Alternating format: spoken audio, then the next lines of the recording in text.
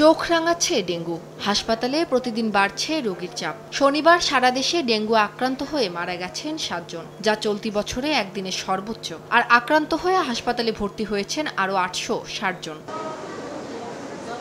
চলতি বছর মশাবাহিত রোগটিতে মৃত্যুর সংখ্যা দাঁড়িয়েছে 150 জনে। আক্রান্তের সংখ্যা দাঁড়ালো 28,565 জনে। শনিবার সন্ধ্যায় স্বাস্থ্য অধিদপ্তরের ডেঙ্গু বিষয়ক নিয়মিত প্রতিবেদনে এসব তথ্য জানানো হয়। প্রতিবেদনে বলা হয়, আক্রান্তদের মধ্যে ঢাকার 2 সিটি কর্পোরেশন এলাকাতেই 376 জন রয়েছেন। এছাড়া ঢাকা বিভাগে 109 জন, বরিশালে 101 জন, চট্টগ্রামে 164 জন, খুলনায় 53 জন, ময়মনসিংহে 32 জন ও রাজশাহীতে 2 জন হাসপাতালে ভর্তি হয়েছেন।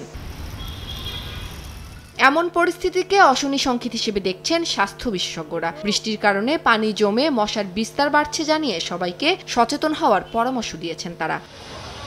উম্মে হানি, সময় সংবাদ, ঢাকা।